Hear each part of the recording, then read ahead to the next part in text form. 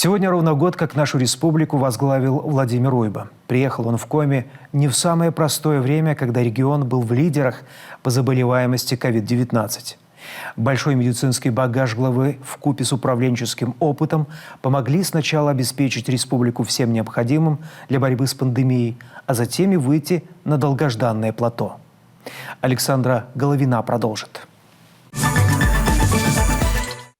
Большой медицинский бэкграунд Владимира Уйбы, конечно, не мог не обнадеживать с самого начала. А время было для республики непростым. Только-только опасный вирус добрался до Коми. Сперва массовое заражение в Эшвинской больнице, дальше инфекция расходится по районам.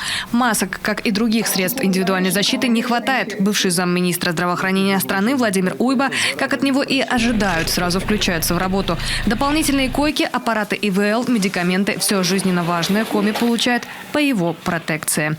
Нами предпринято и мной лично очень серьезные, выходящие, может быть, даже за рамки возможностей нашей обычной работы мероприятия по снабжению и по быстрейшей доставке в республику тестов и аппаратуры, оборудования, которое позволяет идентифицировать здорового человека от заболевшего.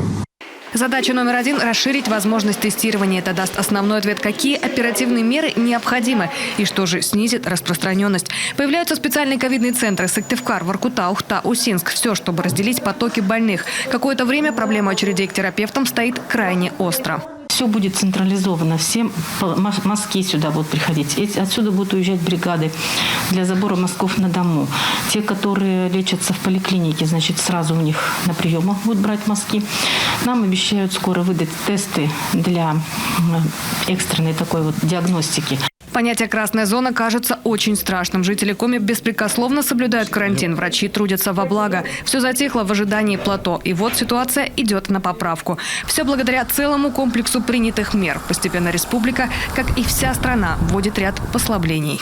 Диагностируют коронавирус на базе разных лабораторий. Открываются и новые. Бесплатное ковидное такси запускают в Сыктывкаре. Позже оно появляется еще в Ухте и Воркуте. Это еще один проект, реализованный в Коми по поручению главы республики. Пациентам с симптомами ОРВИ не надо дожидаться врача на дому. Достаточно вызвать специальную машину. Водитель отвезет больного до поликлиники и обратно. Рабочее время врача тем самым используется более рационально. Специалист без выезда на дом успевает принять больше пациентов. Вовремя ставит диагноз, назначает лечение. Человек, который обращается за медицинской помощью в колл-центр, он уже потом не вызывает такси. То есть мы все это передаем уже там сами. И таким образом мы регулируем и потоки пациентов. То есть мы можем в течение дня логистически выстроить количество пациентов, которые нам необходимо в какое время доставить в амбулаторный центр для того, чтобы была равномерная нагрузка в течение дня. Всего федеральных средств в отрасль в том году привлечено более 5,5 миллиардов. Из них 3,5 на борьбу с ковидом. Огромные суммы были вложены в модернизацию оборудования. Нам удалось избежать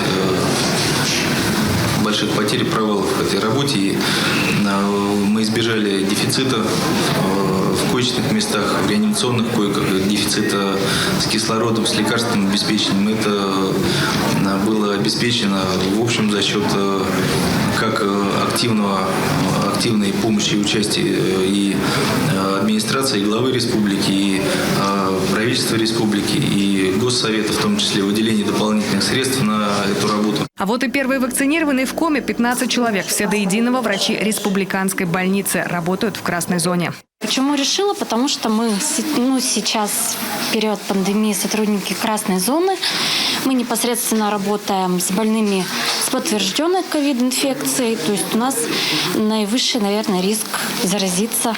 Спустя 4 месяца в Коми стабильная вакцинация от коронавируса. Врачи отмечают, до сих пор не выявлено ни одного случая тяжелой непредвиденной реакции на укол. Сегодня в республике 23 прививочных кабинета, 25 мобильных пунктов вакцинации и больше сотни прививочных бригад. Организован подвоз людей из труднодоступных населенных пунктов. Планируется вакцинировать 60% населения региона, почти 400 тысяч человек. Пока привита 10-я часть. Кроме того, идет активная реабилитация тех, кто уже переболел COVID-19. Профильный центр открыт в Ухте на базе местной физиотерапевтической поликлиники.